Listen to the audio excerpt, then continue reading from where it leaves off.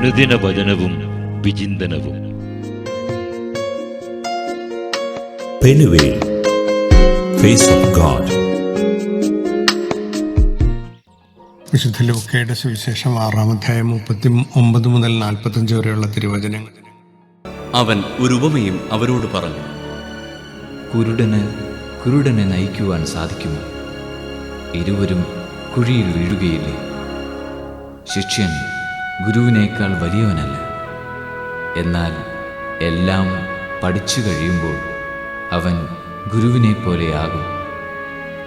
നിന്റെ സഹോദരൻ്റെ കണ്ണിലെ കരട് നീ കാണുകയും സ്വന്തം കണ്ണിലെ തടിക്കഷണത്തെ ഗൗനിക്കാതിരിക്കുകയും ചെയ്യുന്നതെന്ത്?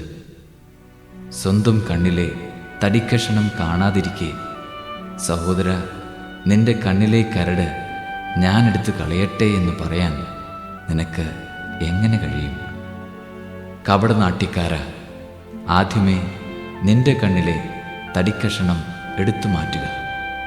അപ്പോൾ നിന്റെ സഹോദരൻ്റെ കണ്ണിലെ കരട് എടുത്തു കളയാൻ കഴിയത്തക്ക വിധം നിന്റെ കാഴ്ച തെളിയും.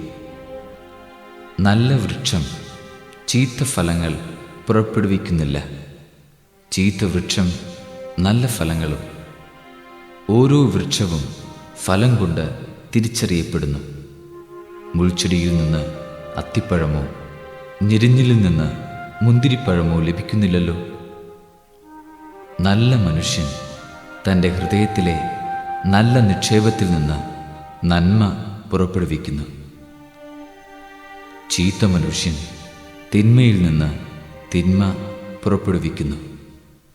ഹൃദയത്തിൻ്റെ നിറവിൽ നിന്നാണല്ലോ അധരം സംസാരിക്കുന്നത്. സുവിശേഷ വിചിന്തനം. എല്ലാവർക്കും ഈശോമിശിഹായിൽ സ്തുതിയായിരിക്കട്ടെ. നമ്മൾ ഇന്ന് വായിച്ചു കേൾക്കുന്ന സുവിശേഷ ഭാഗം വിശുദ്ധ ലൂക്കയുടെ സുവിശേഷം 6-ാം അധ്യായം 39 മുതൽ 45 വരെയുള്ള തിരുവചനങ്ങളിൽ അവിടുന്ന് നമ്മോട് പറയുന്നത്, നമ്മെ പഠിപ്പിക്കുന്നത് പ്രധാനമായിട്ടും കൂടുതൽ ആധ്യാത്മിക ഉൾക്കാഴ്ചകൾ ഉണ്ടാകുന്നതിനെക്കുറിച്ചും വിശുദ്ധിയിൽ വളരുന്നതിനെക്കുറിച്ചും നല്ല ഫലങ്ങൾ പുറപ്പെടുവിക്കുന്നതിനെക്കുറിച്ചുമാണ്. സുവിശേഷത്തിൽ 4 പ്രധാന കാര്യങ്ങളാണ് നമ്മോട് അവിടുന്ന് പറയുക. 1, അന്ധനെ നയിക്കുന്നതിലുള്ള അപകടം. 2, ഗുരുവിനെ പോലെ ആയിത്തീരേണ്ടതിൻ്റെ ആവശ്യകത. നല്ല ഗുരുവിനെ തേടാനും ഗുരുവിൽ നിന്ന് കൂടുതൽ പഠിക്കാനും ഉള്ളതിൻ്റെ ആവശ്യകത. 3, കണ്ണിൽ വലിയ തടിക്കഷ്ണം വെച്ചുകൊണ്ട് മറ്റുള്ളവൻ്റെ കണ്ണിലെ കരടെടുത്ത് കളയാൻ ശ്രമിക്കുന്നതിലെ അപകടം.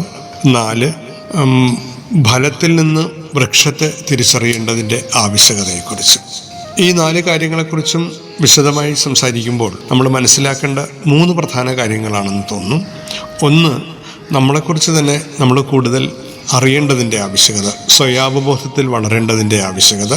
2, കറകളഞ്ഞ വിശുദ്ധിയിൽ ജീവിക്കേണ്ടതിൻ്റെ ആവശ്യകത. 3, നമ്മുടെ ഹൃദയവിചാരങ്ങളെ നിരന്തരം വിവേചിച്ചറിഞ്ഞ് വളരേണ്ടതിൻ്റെ ആവശ്യകത. ഈ 3 കാര്യങ്ങളിലും സൂക്ഷ്മതയോടെ ജാഗ്രതയോടെ നാം കാര്യങ്ങൾ ചെയ്യുമ്പോൾ നമ്മൾ കൂടുതൽ വിശുദ്ധിയിൽ വളരുന്നവരായിത്തീരും. സുവിശേഷം നമ്മെ ക്ഷണിക്കുന്നതും അതിനു വേണ്ടിയാണ്. പഴയ നിയമഗ്രന്ഥത്തിൽ നമ്മൾ കാണുമ്പോഴും സുഭാഷിതത്തിൻ്റെ പുസ്തകത്തിൽ 4-ാം അധ്യായം 23-ാം വാക്യം പറയുന്നുണ്ടല്ലോ, ജാഗ്രതയോടെ ഹൃദയത്തെ കാത്തു സൂക്ഷിക്കേണ്ടതിൻ്റെ ആവശ്യകത, വിശുദ്ധിയിൽ സൂക്ഷിക്കേണ്ടതിൻ്റെ ആവശ്യകത. ഒപ്പം 1-ാം സങ്കീർത്തനം 1 മുതൽ 3 വരെയുള്ള വാക്യങ്ങളിലും നീതിമാൻ ആറ്റിനരികെ നട്ടിരിക്കുന്ന വൃക്ഷം പോലെയാണ്, അത് നല്ല ഫലം പുറപ്പെടുവിക്കുന്നു എന്ന് പറയുന്നു. അപ്പം നന്മ വിളയുന്ന നല്ല ഫലം പുറപ്പെടുവിക്കുന്ന മരങ്ങളായി തീരാനുള്ള, വൃക്ഷങ്ങളായി തീരാനുള്ള ക്ഷണമാണല്ലോ ഇന്നത്തെ സുവിശേഷം നമുക്കുള്ളത്. വിശുദ്ധി നിറഞ്ഞ ഹൃദയത്തിൻ്റെ ഉടമകളായി നാം മാറുമ്പോൾ നന്മകൾ കൊണ്ട് നമ്മുടെ ഹൃദയം പൂക്കും. അങ്ങനെ നന്മകൾ വിരിയിക്കുന്നവരാവാൻ, നന്മകൾ മറ്റുള്ളവർക്ക് പ്രദാനം ചെയ്യുന്നവരായി തീരാൻ കഴിയട്ടെ എന്ന് കൂടുതൽ പ്രാർത്ഥിക്കുന്നു. അതിനായി നമ്മെ തന്നെ കൂടുതൽ ആത്മവിമർശനത്തിനും ആത്മപരിശോധനയ്ക്കും വിധേയമാക്കി ഓരോ ദിവസവും കൂടുതൽ നന്മയിൽ വളരാൻ ദൈവം നമ്മെ ഓരോരുത്തരെയും അനുഗ്രഹിക്കട്ടെ. എല്ലാവർക്കും കർത്താവിൻ്റെ നന്മകളും അനുഗ്രഹങ്ങളും. ആമേൻ.